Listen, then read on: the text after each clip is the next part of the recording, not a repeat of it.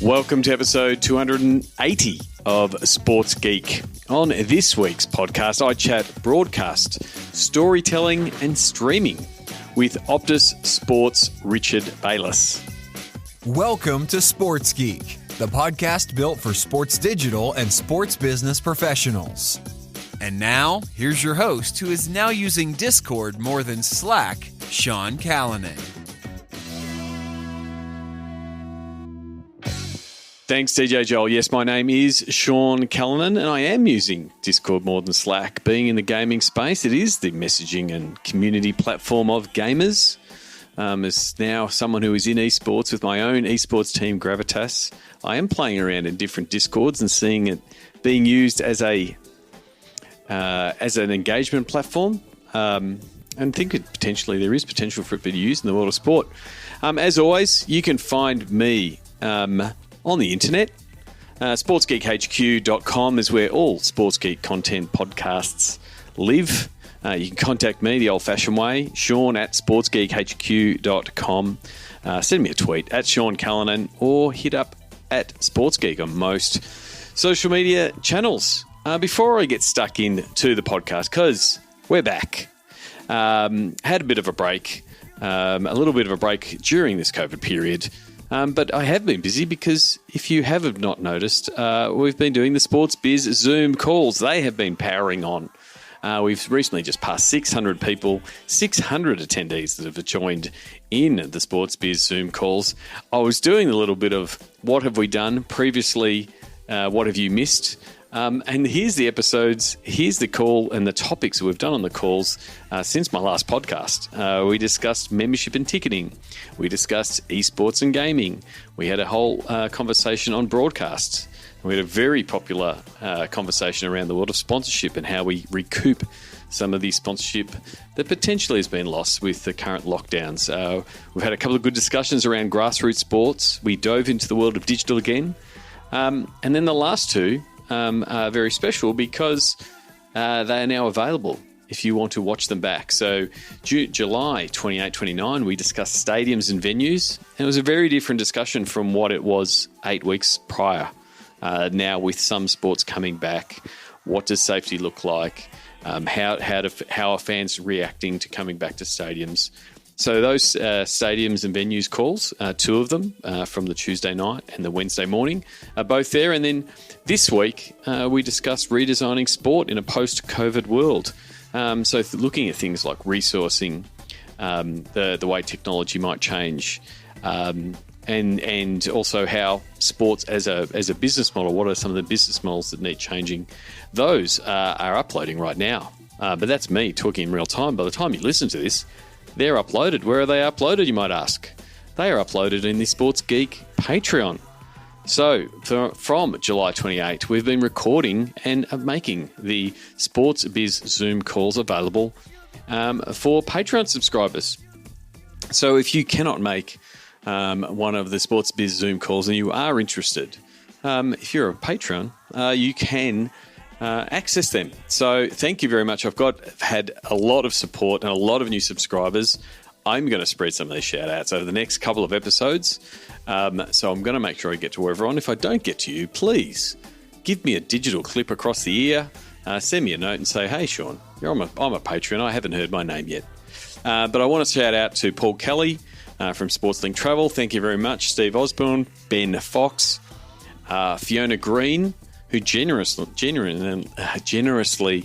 came on the Sports Biz Zoom call and actually gave away free books. So thank you very much, Fiona. Appreciate your support of the Patreon campaign. And also Tim Mullally, formerly with the AFL and now running things for Tradable Bits here in Australia. Thank you very much for being a Patreon supporter.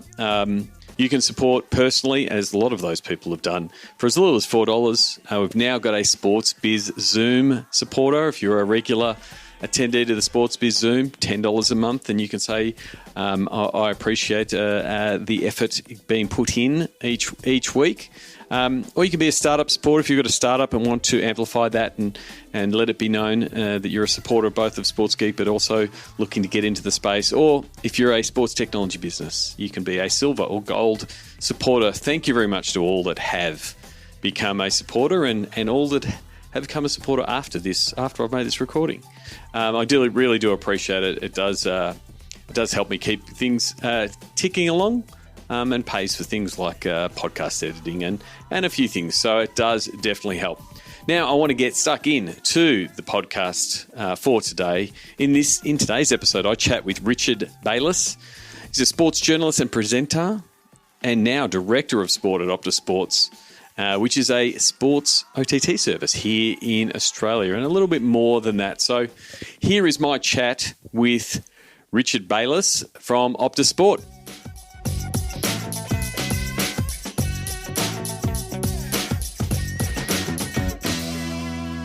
Very happy to welcome to the podcast Richard Bayliss from Optus Sport. He's the director of sport there. Welcome to the podcast, Richard. Hey, Sean, great to be on.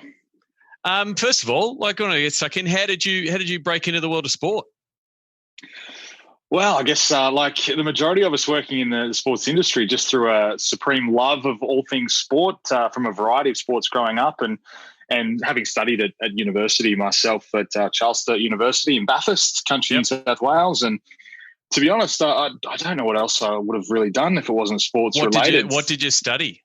It was sports media, double degree of communications, journalism, and human movement sports studies. So 4-year degree, which is just the right amount of time as well, I think, to enjoy university. A lot of my mates went 3 years, and it was probably not long enough, but I think 4 was maybe a little bit too long. So coming out of university, did you have an idea where you wanted to go, and what was your first job?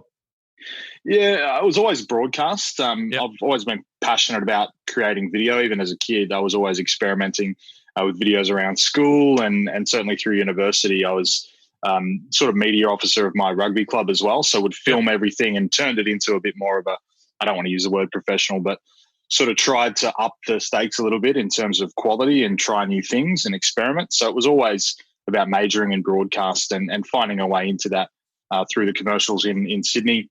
Primarily was the number one avenue, and it's amazing how many people I go out and meet that also went to the same university, and that was a really good kind of breeding ground in terms of knowledge, technical knowledge as well, and a lot of people have come through there. And I think one of the big things about any kind of communications role is that the ability to speak to other people it's so basic, but it's so important. You know, you can go to a university with a 98 UAI and get top marks and everything, but if you don't know how to speak to other human beings, what's the point of doing it? So that was a good uni for that. And do you think, getting on the tools and having a passion for pulling out the camera and recording before, you hear a lot of people go, "Oh, I want to run the socials for a big team," or "I want to be a videographer," but they're not just living and breathing and doing it and starting to get those reps. Is that what you're looking for when you're looking for new producers, new content producers, people that are now filling, the roles at Optus Sport? Yeah, 100%. And it's amazing, you come across people that might say, I can shoot, I can produce, I can host, I can write, but I can't edit. And if you can't edit, you kind of look at that person and go, well, you kind of really need to edit. Even if the job you're coming in is not for that, it's amazing. It just gives you that kind of full rounded view of how to create content, whether it's live, pre-recorded, whether it's serious or silly, just having all that knowledge. And from a professional sense now, I don't think too many places would hire people who have just one skill in broadcast. I think it's probably the case for a lot of industries now. You have to be multi-skilled and you have to be able to see things from a variety of perspectives. So absolutely, it's crucial. So you've been in this space for a while. Before Optus, you're at Fox Sports in multiple roles, and then at Optus. So what's your remit of your role as director of sport at Optus? Yeah, I came over to Optus as EP, executive producer, and I also host as well. So I host the Champions League coverage, Europa League. We do some shows, and even though that's probably less than 5% of my focus, there's still a real passion there for presenting, and that's where the adrenaline of the role really comes in as well. And even though I love seeing other people do well and I'd love to give people the opportunities, I still do enjoy doing that on occasion. So that's cool. But by and large, my role is to direct the editorial, the production. So, we have our content strategies, our editorial playbooks, and we do have a very editorial driven approach at Optus Sport as well. I mean, primarily we are a streaming service, but we have added layers on top of that in terms of our own production, our own editorial, because that forms, not only the quality that people see out there, but also the content marketing layer of what we do too. So it's kind of just directing that every day. And we've added a lot of people over the last 4 years that, are really good at what they do. And we're really proud of what they've added, in terms of things like editorial, production now, new ideas, marketing, social media, all of it. So it's about, putting that all together, making sure we're all heading in the right direction and coming up with new stuff as much as we can.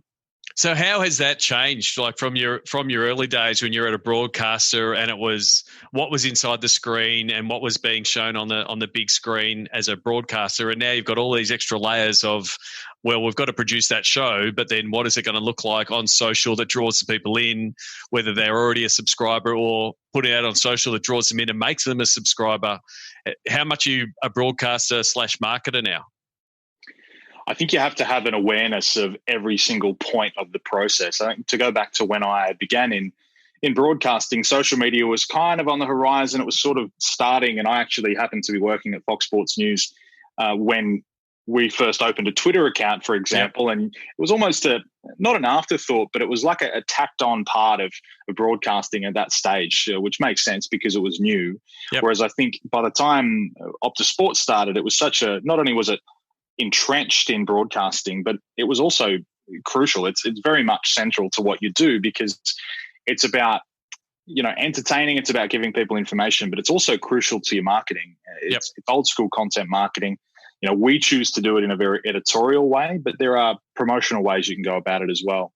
And we view each social media platform in itself, and we're across 5 of them, as having their own social strategy. You can't apply the same principles of YouTube to Instagram, from Instagram to Twitter and to Facebook. You have to treat them all as not only their own social media platform, but I think their own platform in itself. And even though someone doesn't pay $15 a month to sign up to our Twitter account, you need to give them a really good essence of what your brand and your product is. And I think it's just so much closer to the start of the process these days in terms of how you create content and how you pitch your brand than it would have been, 5, 8, 10 years ago for sure. Yeah, definitely. So can't have a chat in 2020 without talking about what 2020 has delivered so far.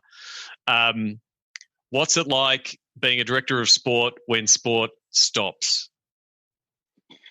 Yeah, you ask yourself a lot of questions, the meaning of life and your purpose and all those types of things. It was such a blur, that little period, wasn't it? And I say was in some sort of past tense, like we're through it, but I guess we aren't yet either. I guess we saw it coming in a sense in that, for a couple of weeks before there was lockdown in Sydney, we thought, okay, let's move everything to remote and making sure that if all of a sudden someone clicks their fingers and no one can leave their houses, we can still create content.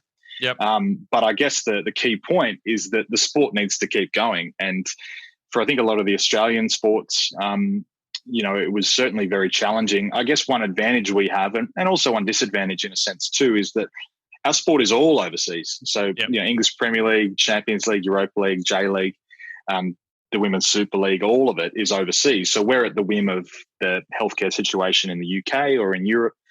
And the UK, as we know, is still a bit of a mess. So, for the Premier League to shut down, then we had to think, right, how do we get through this period? How can we actually operate day to day? And how can we provide a product to our subscribers that is worth hanging around for? And that was the big challenge for all pay TV operators. So what was that meeting like? That meetings, those first couple of meetings when it was like everything stopped and you were like, well, hang on, my whiteboard has all of this content that were games and shows talking about the games that are happening.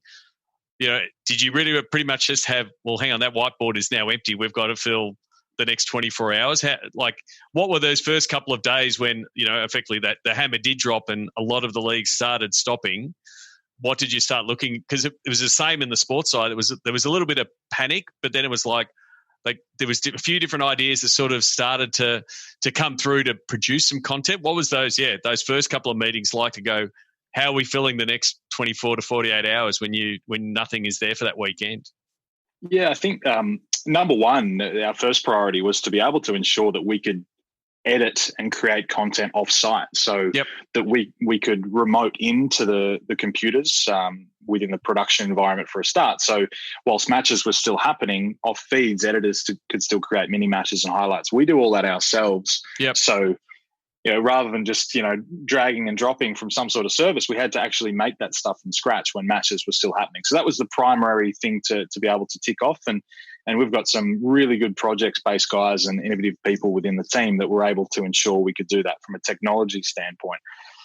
Making sure everyone was safe at home for a start. And then from there, once the games were stopping, it was then more tricky because you're looking at, obviously you've got a workforce we're a combination of full-time contract freelancers as well. So when you don't have the sport there, you're not giving people the assurance or the certainty of work. So, we went to create a lot more content. We moved to an archive-based content strategy initially where we dug back into the archives on Champions League and Premier League in a way that we otherwise maybe wouldn't have had time to.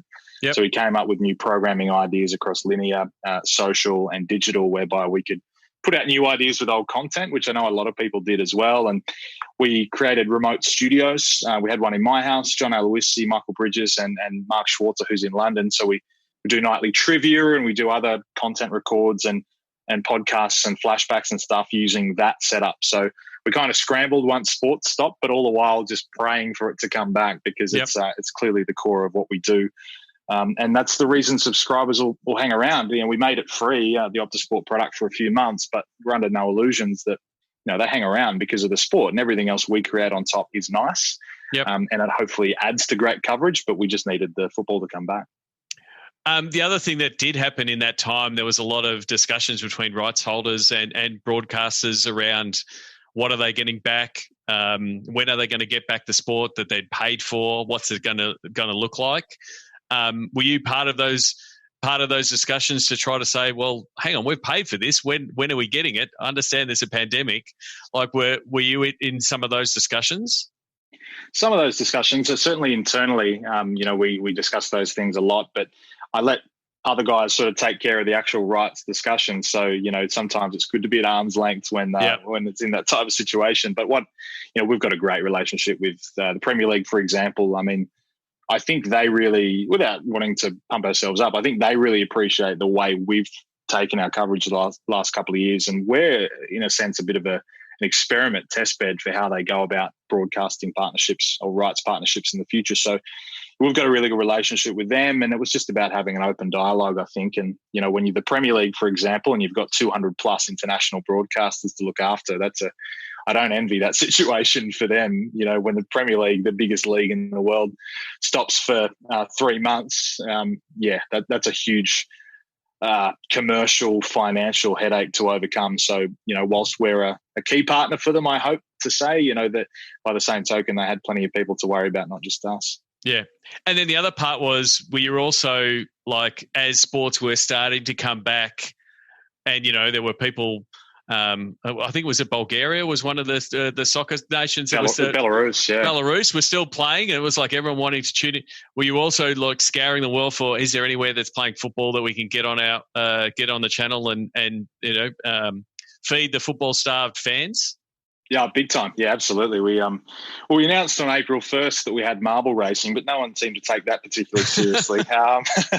But then, the Belarusian Premier League, I had a lot of people message me and say, surely you've got to get the Belarusian Premier League. We want to watch live football. And even though we did look at it and spoke about it, I think the irony there is that I don't think anyone would have woken up at 2 or 3 a.m. They would have maybe liked to watch the mini matches or the highlights the next day. But then, aren't you just best having the good stuff, the archive of the Premier League? So we made the decision that probably wasn't the way to go, but that is how we came about getting the rights to the K-League in Korea, because, they were almost the first back after they'd stopped because South Korea handled the pandemic really well. So they came back, and that was an opportunity we jumped on for those exact reasons you say, Sean, knowing that people love live football and there was that gap there, and it was before the Australian leagues came back as well. So, with a few really good Aussies playing in the K-League and the time zone being so great, we thought, this is the perfect scenario bringing it in. As a broadcaster, and seeing both the adaptability and the nimbleness of both your teams and also teams around the world and what people are wanting to consume and willing to consume, was there any wins of COVID to go, for a little while there, archive footage and watching replays and watching back replays, everyone's going, oh, the replays are back and this is how we can do it. But it sort of got stale. But but potentially it does say, oh, that is a format that we can roll out at any time.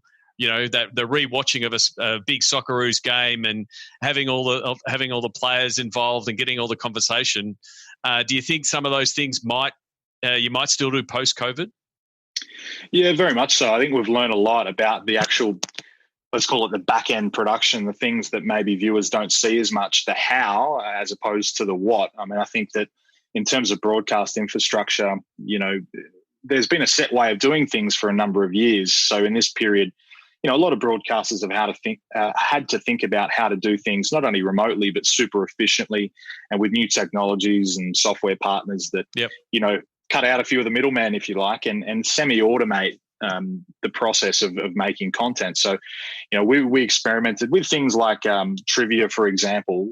Doing that completely remotely. I mean, that was switched and produced from a guy in his bedroom wearing his track pants, and we're filming it in our own home little studios. That's a really simple execution, but it's a couple of steps up from Zoom and Skype, etc. So you meet halfway between that and a full-blown studio broadcast, and you've got something that is much more efficient, and ultimately I think will benefit the viewer because people on screen will be much more accessible, but also broadcasters can maybe then spend time, resource, and effort on the bigger things as well. In addition to that, so there'll be more content.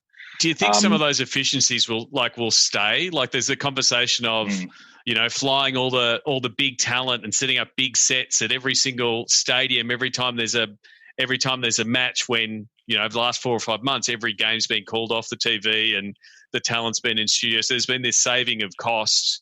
Do you think some of those efficiencies will stay? I think so. I think a lot of the ones that viewers can't necessarily see. I mean, we're seeing a lot of broadcasters, Channel 4, I should say, in the UK, for example, are commentating the Formula One at the moment off tube. Yep. Now, off-tube commentary is not something that's new. I mean, that's been around for a long period of time, but traditionally people have looked at it and thought, well, that's just a broadcaster not really willing to invest in being there. Yep. But if you think about commentary in its essence, it probably doesn't need people to be there. I mean, there are other roles on site that are more important. I mean, obviously, cameramen, reporters, potentially not even things like, graphics producers, none of that stuff really needs to be on site in essence in terms of what the viewer sees. So I think there'll be a pullback of unnecessary roles, if you like, on site. And maybe then you just focus on the people that need to be there, your sideline reporters and people that are on camera potentially, your floor managers and cameras. So I think there will absolutely be a move to that. And even we've done that. I mean, we've brought Simon Hill in to commentate the Champions League. Traditionally we would have always said, how do we get Simon to the Champions League matches? But due to the fact that he can't travel at the moment and the fact that we're able to build a facility on site, we're going to have him call that off tube, which I don't think is an issue. Maybe down the track we'll look at having him on site, but I think we're using the current situation to benefit our viewers. Definitely. Part of what you're doing at Optus Sport is obviously live sport and producing live sport, but also looking at the documentary space. And again, it's another one of those ones that has received a lot of viewership. I don't think I haven't spoken to anyone in sport that didn't watch The Last Dance. And again, it's saying, documentaries are a thing that more broadcasters are looking at. And it's starting to become even a category in the world of sport where sports are, selling their broadcast rights, seeing different players in the space. How important is the documentary piece for Optus Sport? Yeah, massive. I mean, you hit the nail on the head in that, a lot of not only broadcasters, but, Cricket Australia, for instance, with the test, that's them thinking, how do we bring people inside the bubble? I mean, The Last Dance was phenomenal, and we've seen so many miniseries on Netflix pop up and Amazon, and there'll only be more and more. Some of them are propaganda pieces, but most of them are really entertaining because it's just a really good insight. For us, it's massive because, it's like I was talking before, that layer around your core product, the storytelling. I mean, storytelling is so crucial to what we want to do or how we want to achieve what we want to achieve, because people just love stories. I mean, you might have your daily podcasts and your daily articles about this player with a hamstring injury and this player not being picked and this person out of form. But ultimately, it's the storytelling around the matches that actually gives, weight to why these competitions are so important. The history around sport, the traditions and the characters. That's what sells sport at the end of the day. So for us, it's crucial. We've gone into the space of doing a lot more in Australia as well. We've got a series at the moment, Football Belongs. We've done series 1 of 2, and we've got a documentary coming next year as we count down to the Euros. That was a way to tell the stories in Australian football that otherwise aren't really being told, and also, connect with the European-based communities that, in essence, will love to watch the Euros, but maybe haven't had the connection before or for a little while in Australian football. So that's one example of how we're looking to do it, and hopefully we'll have a few more on the way as well. I mean, that's the thing of the evergreen nature and the rewatchability of documentaries. Like they're far higher. As much as a classic game, you can go back and watch it. Rewatching a documentary is far more rewatchable. And then when you are looking for something to watch, it's always going to be there. So that's why you are seeing Cricket Australia and all the different players saying, "Hey, how do we get into this space?" Obviously, you're a big football fan, being an Optus, and a Leeds United fan. What's the last couple of weeks been like as a Leeds United fan? Drunk, hungover, headaches. No, it's been unreal. The last couple of years, the last 16 years actually, have been awful for the most part. And last year, I was about to say this time last year, but I don't know what the calendar's doing at the moment. Yeah. The end of last season, I flew over to England just to watch their last couple of games because it looked like they were on their way to the Premier League, and they absolutely threw it away and it unfolded in front of my eyes. So that was nice. So to see them from a distance now in this really weird, eerie kind of scenario when, there are no fans in the stadium, and that's one, and Liverpool fans winning the title, another great example of those things. They only really matter because there are crowds. They only really matter because there are fans. The context comes from the hurt and the enjoyment that people have had over the many years following them. So there would have been, the crowd invasion on the pitch at Ellen Road, and there would have been parades and all that type of stuff. And that letting out of emotion is why you invest so heavily into it. So to miss out on that was a shame. But having said that, watching it unfold from the other side of the world was also enjoyable. Cracked a beer at, I think it was about 6 a.m., which, please, no judgment. You're more than allowed to. But I guess the other part of it is like, I guess the society we now live in, like all of those, the opportunity to tell that story of this, socially distanced victory is definitely there, because there'll be all of these social media snippets and videos of people cheering. And a friend of mine was pretty much on a 24-hour Twitter rant, just celebrating the whole time.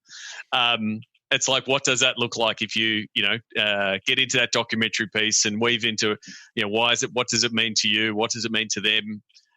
There's so much there, but it is just the initial moment of, the trophy being lifted and there's confetti, and then you look around, there's no one there.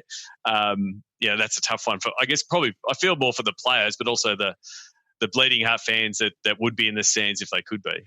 Well, I think, one of the big questions, and a lot of people have said to me, Leeds will get relegated straight away back down again, which wouldn't be great. But I almost think, getting there and getting over that massive hurdle is what it's all about. But it has made me think that, well, if there's no travel for another 12 months plus, and they do end up spending only 1 year in the Premier League, then people like me and all supporters around the world that can't travel to see them will be massively let down.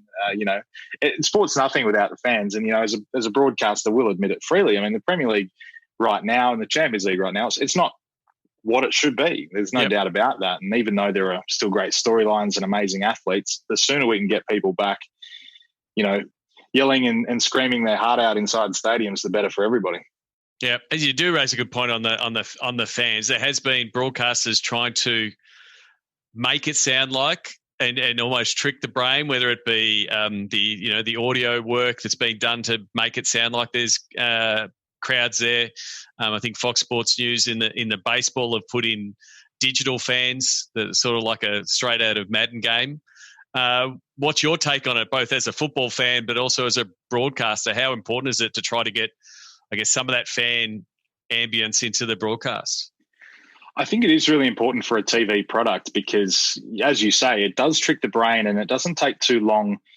You think about some sports where it doesn't work as well. I think AFL is an example where it's such a big, expansive ground and there might be 100,000 empty seats at the MCG. Whereas for something like football or rugby league, where it's shot tighter, and the TV product traditionally is better than, on balance, say, than AFL, which might be obviously a personal. But it's more of an opinion. Like AFL is that you watch it live if you're there and it's a better game. I completely agree. Yeah. Yeah. So, I think it's worked really well for some sports like NRL, and for football, different competitions have done it in different ways. We've had the option with the Premier League to turn crowd noise on or off. And it's great hearing players and managers, yelling to each other and that ambient sound. It sounds like watching a game down at the park, which kind of has that really kind of cool semi-amateur feel to it. But at the end of the day, I think having crowd noise is important because the TV product is it at the moment. People don't have the option of going to the stadium. And for the Champions League, we've decided we'll only have the crowd audio. And again, we just think that on balance, and the stats back it up, that most people will choose to pick the crowd audio, even if they know that it's somewhat fake or it's come from EA Sports. I think they know that it's the closest to the real thing. Yeah. I mean, it has been interesting seeing what the NBA has been doing with its bubble and its Microsoft Teams sort of screens around. And then even then with, I was watching League Pass this morning, you can just flick and just say, I just want to hear court squeaks and that's all. I'm not hearing any commentary at all. But again, is that the experience you want? There's a little bit of novelty to it, because I do want to go back to listen to Doris Burke or listen to the commentators and getting that piece. But yeah, it is funny when you hear broadcasters say, "Oh, the crowd's getting excited," and it's an audio one. But it is one for the. I did want to, before we sort of wrap things up, I did want to talk about a little bit about, I guess, strategy-wise back on the being a broadcaster in the social space, like. Optus Sport does want to get involved and sort of be part of the conversation. Like I've worked with different brands and sports media brands that sort of pretty just tread the fine line of, here's our highlight, this is the next show coming out. And it's hard to get some, I guess, color and banter in those type of social accounts. How do you guys manage it, and why have you gone down a path of sort of being a bit more involved with the fans? I think it all stems from where we want it to be as a brand. So, a lot of traditional broadcasters might, because it's the way they've always done it, they are conveying things to the audience, whereas we are the audience. We want to enjoy it with the audience. So if we're watching a Champions League final, we are watching it with the fans. So there's no point us, trying to tell people how they should feel when it comes to sport. So we've taken a decision where we'll experience it with them and we'll enjoy it too. And, football fans by nature, I think a lot of sports fans in nature are, they love banter. They love, obviously extremely passionate, and that's what we want to be. I think we try to pick our moments. We have punked our audience on a few occasions, and we know that it's just baiting people and we're going to cop some stick for it. But that's what football fans do by and large. So, it was our way, I think, of buying. Well, buying's probably the wrong word, but, really kind of getting that authenticity to show that, we're not going to be a broadcaster and tell you to read our articles or watch our shows. We're going to prove that we are football fans. And that's, social media producers have worked in football at NPL level. They've played the game. They are the most passionate football fans I know. So when we're sitting around throwing ideas to each other and bouncing stupidity off each other, one idea out of 5 or 6 might stick, and we decide, hey, let's just do it. We're a young brand, and we don't have people, like, I very rarely stick my head in and say, don't do that. And we don't have anybody saying, tread a fine line. We do like to push the boundaries where we can. And occasionally we'll get it slightly wrong and our fans will be telling us off about it. But hopefully the next day we make it up to them in another way. So that's our approach. And is that pretty much, because that's a tough balance, like, of creating that culture? Because we've seen some, NBA teams that have done it well, and some of the Premier League teams that have done it well and played in that sort of on the edge. But like having those checks and balances of like how far is that line, right? Because in the end, you are still a big corporate brand, and someone will come and say, "Oh, we don't want that." Like, how do you manage that? How do you give your team enough rope and a culture to go, we're going to have a go, and there is. Not too many checks and balances, but everyone's still not sending out that tweet that costs everyone, a big meeting in a boardroom. Yeah, and I think a lot of credit has to go to the wider Optus as well, because, when they started Optus Sport, they didn't necessarily know what the brand was going to be. That was, I guess, our job in coming in to sort of steer it in a direction. And there have been some moments where they've kind of looked at what we're doing and wondered what on earth we are doing, but they've put full faith in us, I think, and they deserve a lot of credit for that. And we do have a lot of checks and balances. Behind the scenes, there are the boring stuff as well. The playbooks, the editorial guidelines, and I think the social media guys probably cop the wrath of me asking silly questions more than anyone else, because it's so visual, isn't it? And it's just so front of house. I mean, you think about if a Facebook page has 300,000 people watching it or following it, a large percentage aren't your actual product's audience. They might not be subscribers. So that is their experience with Optus Sport. So you can't afford to get it even slightly wrong if you can avoid it. So we have had moments where we've pushed the boundaries too much, and I've got phone calls where it's like, hey, what are you guys, what on earth is this? And I'm like, yeah, okay, fair point. Maybe that was a bit far. But I think the only way where the boundaries are is by occasionally stepping over them. So hopefully it doesn't happen too much and we can continue to be slightly different, because at the end of the day, that's what we want to be. And it becomes a way for a fan or a consumer or a potential consumer going, oh, they're doing a good thing. I like this. Oh, I will go and check it out. So it is part of the overall strategy to say, come on in, it's fine, sit down, let's watch some football. Yeah, 100%. I mean, it's content marketing in its purest form, isn't it? And, even in us we added written articles about 14, 15 months ago. And that's another way of saying to people, hey, come and read these articles for free, come and get involved in the discussion. And then if you want to take it a step further and you want to subscribe, well then cool. That's up to you. Hopefully you like what we do, and that's the logical next step. Terrific. Well, before we wrap things up, I want to go to the Sports Geek closing five. I'm here with Richard Bayliss from Optus Sport. You can send him a tweet, RS Bayliss, 2 S's, if I've got that correct. Do you remember the first sports event you ever attended? Well, I think it was the first. I'm not totally sure. My memory's not fantastic. It's all right. No one can Google it, so we're good. That's true. When I was 8, I went to the 1994 Australian Grand Prix in Adelaide, which, the last two in Adelaide, 94 and 95. Well, 95, I think, still holds the record for the biggest single-day attendance in an Australian sporting event. I think it had 205,000 people there. So the 94, the year before, was also massive. As an 8-year-old as well, it kind of gave me everything that I think all sports should give you, which is a sensory experience, which Formula One absolutely is. I mentioned NBA before. I think that's another great example of a sport that is a sensory experience. So too Premier League. And as an 8-year-old kid hearing V12 Ferraris with, doing this with your ears, pushing it in. So, the earbuds weren't enough. It was really formative, I would say, in knowing that I wanted to have something to do with sport down the track. Terrific. Well, in your role at Optus, and you've already gone to many sports events, probably unfortunately to a lot of media rooms. But do you have a favourite? Do you have a favourite food at a sports event? Do you have a go-to food or a favourite food memory? Oh, I've definitely got a favourite food memory. That was at Yankee Stadium. I was just on holiday. I went to the US and went to my first ever MLB game at Yankee Stadium. And I reckon, the food options at American sports are phenomenal. MetLife is exactly the same. But, it was actually a really entertaining game at the time too. But I remember just thinking, I'm going to try one of everything in this stadium. And I might have been ill for the next couple of days, but it was so worth it because Did you knock over the nachos in the hat? That's always nachos, hot dog, wings, all the traditional ones. And then I had a guy, they were playing against Arizona. I was lining up and this guy came up and he sensed that I was an outsider and he just sort of tapped me on the shoulder and he went, the food's way better in Arizona. And I was like, all right, mate, no worries. I'll find that out one day. Terrific.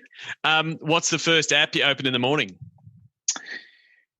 I should say Optus Sport, but it probably isn't. BBC Sport actually is usually the first I go to, given that the football season goes for 12 months long, and to get that first editorial hit of what's happening, some results as well. I follow some weird and wacky leagues too, so I like to have an idea of what's happening, and I've always found the BBC guys are super reliable. Terrific. Is there someone that you follow, whether it's an author or someone on Twitter or someone personally that the podcast listeners should check out and follow? I think one organisation that have been really impressive in the last 12 months is The Athletic. Yep. I'm a big fan of them. I've been trying to get a lot of mates onto reading articles on there because I like how they pitch their articles. You know, they're not trying to break news. They're actually, once the news cycle happens and the dust settles, that's where they come in with that depth. You know, they've got reporters and journalists with every team. You know, their coverage of not only football, but US sports in particular is super strong and really interesting, you know, long form reads. So I'd encourage, if you have a favourite club or a team. And they're pushing hard, and they're pushing more into Europe and into football, haven't they, in the last 12 months, pushing hard into that space and getting some quality people behind it. Yeah, and they have sort of a journalist to each football club, and I know they do the same in the US. So you follow that person. If you've got the team, you follow that journalist, and they bring you sort of inside scoops, and in a way that shows that, you know, breaking news isn't the only currency when it comes to news, I guess. You know, there's that layer of depth, and that's kind of what we've modeled our editorial, our written editorial model onto. I think it's really interesting to see how it plays out in the next couple of years. It's a fascinating, business media model, that's really disrupting, you know, with a lot of online media, you know, advertiser-driven struggling. It's another way of saying, well, this is where quality lands, and people are willing to pay for it, which is good. The last question is, what social media platform is your MVP? So this is Kevin Durant style. You can't pick three, but I do give you two choices. You can say from an Optus point of view, what social media platform is working best, and then what's your personal go-to MVP platform? It's for both. I think it's going to be out of Instagram or YouTube. I guess. Okay. You think YouTube's counted, Sean? I'm happy to call YouTube a platform because it's just like there's so much content on it, and it's such, you know, so many people are consuming it. If we keep excluding it from the platforms, it's a bit unfair. So yeah, that's fair. Yeah. That's fair enough. I think for us, we kind of see it somewhat in between because we try to, you know, to your point before around broadcasters in this age, trying to offer more. You know, we do live games over YouTube and Facebook when we can, whether it be from the K-League or old classics, because they are video-driven social platforms. But YouTube, obviously, it knows the viewer so well. And we've had some really good wins on there too, you know, with our highlights and also trying to build the different identity almost on there. But from a more simple, maybe my personal perspective, I really like Instagram because whilst I talk about the depth of The Athletic and how editorial depth is great, sometimes visuals are just the most important thing. And, you know, things like stories in terms of building a brand and showing what you're about. You know, I've got some great designers in our team and we just love letting them loose, saying, go for it. Like, it's a visual medium, just have as much fun as you want and see what you can do. So I think Instagram is somewhat underrated. And, you know, that has been a common answer of like, it's the one, Instagram stories is the one that just keeps growing and growing and getting more engagement. And I guess the innovation and the storytelling that's still evolving on like how people are using it. There's a lot of options in that space. And then the YouTube stuff, like, the more it gets embedded into smart TVs and you just click the button and there it is. And then it starts recommending stuff like there's more and more people getting on it for that, but that's not even counting the whole demographic that it's their first place to go get video. Like everyone under 24, that's their remote control, the YouTube, you know, app. Well, I mean, you know, when you and I grew up, you know, the TV guide would have been fairly prevalent, but for anyone under the age of maybe even 15, 16 now, they wouldn't know what a TV guide is. And I also think a lot of people probably don't ever watch linear or traditional TV, and more are going to YouTube as that number one app. That'll tell them what to watch, and that takes all the fuss out of it. Yeah, which is why it makes it a social media network. You put your content there and then it's like, I want to dive in further. And it sends people there. So it becomes a big part of content marketing. So thank you very much for coming on the podcast. What's the best place for people to find you on the internet if they wanted to reach out and say hello?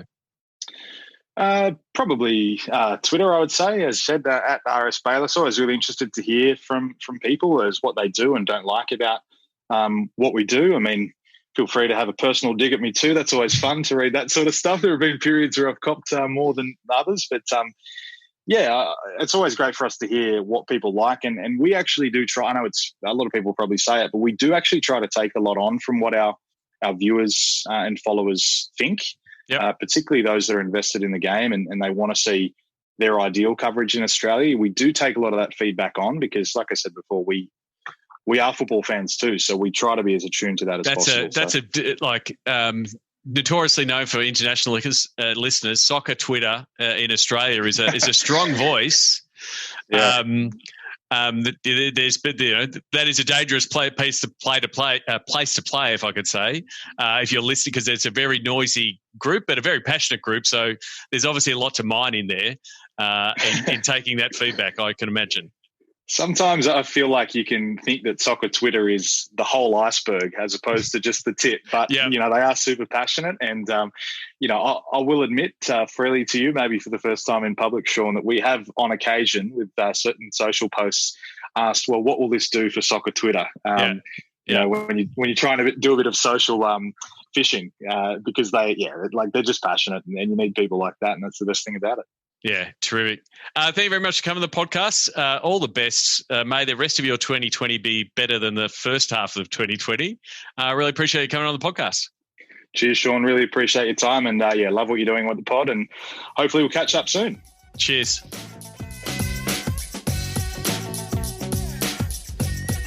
We'd love your support on our Patreon campaign. Go to sportsgeekhq.com/Patreon. Thanks again to Richard Bayliss. Follow him on Twitter, rdbayliss, Bayliss, or connect with him on LinkedIn. As he said there, he would love some feedback on what Octopus Sport are doing, good, bad, or otherwise. Also, a shout-out and a thanks to Dan Lacaze for setting up that interview. Before I wrap up, one of the things that I have been doing during this lockdown period, and I have been lucky enough to do it with some of the people who have been coming to the Sports Biz Zoom calls, is these Pick My Brain sessions, which can be anything. They're effectively a 2-hour block for you to dive in on a particular topic, or train your team, or dive in on a specific issue you're looking at, or analyse what you're doing in the Facebook ad space, or brainstorm what your product is and what you're trying to do. It is pretty freeform, but it's bespoke. Effectively, it's getting me come to your team meeting or your session via Zoom. 2 hours. I've done them one-on-one. I've done them with a team. Sometimes it's part keynote, part brainstorm, part workshop. We found out that they're very effective in, I guess, recharging the team, getting them ready, especially sort of in this period, in disconnection and being stuck at home and trying to coordinate a team working from home. It's a way to sort of say, hey, let's bring you all together and brainstorm some ideas for the next 4-6 weeks or for the rest of the season. So simply go to sportsgeekhq.com to look at the links there to book a Pick My Brain session, but you can always just go to sportsgeekhq.com/phone call. Book in a time, have a chat, ask me what type of session you might want to look at. I'm happy to have a chat about that. One of the new segments I did add to the podcast recently was Do This Today. One tactic that you can implement today that will improve your life. This one is going to be one that I am trying to implement on a regular basis, on a daily basis. I actually have a Lametric, which is a little Internet of Things device that's connected to the internet and shows messages, gives me updates on my Twitter following and tweets coming in and the weather. And it also can have a static message that comes up every as it cycles through. And one of mine is make the phone call, which is don't get stuck in your own head, don't get stuck alone in your office. Make the phone call, whether that phone call is to a colleague or a friend, or someone you've worked with, or someone or a provider that you've worked with. Make the phone call. Sometimes it's good to reach out and just have a chat, and you never know what comes from those conversations. So it's something I'm trying to do to stay connected. So yeah, make the phone call, and if that phone call comes to me, much appreciated. So yeah, likewise. And if you need someone to talk to, please reach out. So make the phone call. One of the last things before, if you are listening to this in the first couple of days after it comes out, and you are in Australia, I will actually be on a panel for IAB Australia. They're hosting a series of webinars, as a lot of people are. And next Thursday, the 13th of August, I will be joining the panel to discuss the world of esports and gaming. The title of the panel is More Than a Game, the Explosion of the Esports Industry. And it'll be good to have a discussion there. We're also going to have Ricky from Twitch and a few other people discussing the world of esports and gaming. It has been a conversation piece over the past 8 weeks. The esports must be blowing up. And so the answer is yes. The conversations have accelerated. More people are talking about it. The viewership is up. And so I think it has accelerated the conversation for brands to enter the space. There's still work to do, but it's very promising. So if you want to turn up and come along to that, you are more than welcome. The links to that will be in the show notes, or you can go to IAB Australia and you should be able to find the links. So that's it from me. All the key links of what you can do are on Sports Geek HQ. You can go there and find out about the 2-hour Pick My Brain sessions. If you're a B2B provider and you want to reach the Sports Geek audience, please go there and click Let's Collaborate to Help Sports, because that's the Sports Geek Amplify series. That's me developing a content series for sports technology providers into the world of sports. I want to build a series where I help interrogate those different products so it makes it easier for you as a listener to know what products you should be thinking about as you're coming out of this COVID period. So if you think your product, or you think you're using a product that you think is a good fit, please reach out. Let me know. Also, if you are displaced or out of work, please go to the site, click the Connect Now button, and sign up as a sports business rockstar. I'm looking for and trying to facilitate getting people to their next place, but also looking at developing what I'm calling the Sports Geek Avengers Project, bringing together the best but displaced rock stars and seeing what exciting new offers we can bring to the world of sport. So again, like my do this today offer, making that phone call. So it's really around having those conversations to see and discuss, what we can offer to the world of sport. And lastly, if you are listening to this podcast, much appreciated, but I would love to see you on the Sports Biz Zoom calls, whether it is on the Tuesday night Australian time, or that's around lunchtime in Europe and South Africa, or Wednesday mornings, which works as Tuesday evenings to my friends in the US. It's been great to stay connected with everyone in the industry via the Zoom calls. Please join us. The next couple are going to be really exciting.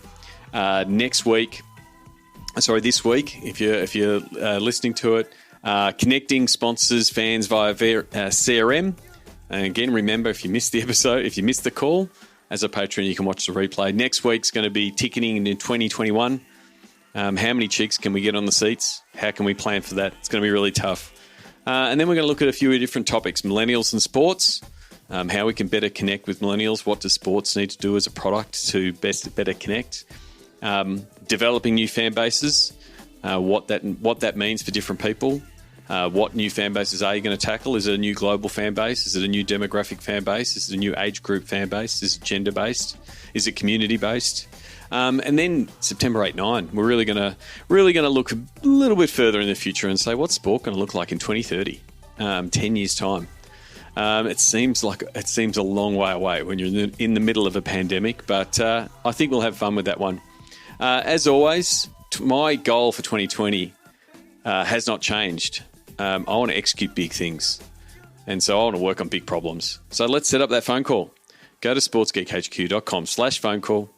Click a time, and until next episode, I really appreciate you listening. My name is Sean Callanan, and you've been listening to Sports Geek. Join Sports Geek Nation access to exclusive Slack and Facebook groups with regular Q&A sessions with Sean Callanan. Go to sportsgeeknation.com to join. Got a question for Sean? Send it in for our Sports Geek Q&A series. Go to sportsgeekhq.com/questions. Go to sportsgeekhq.com for more sports digital marketing resources.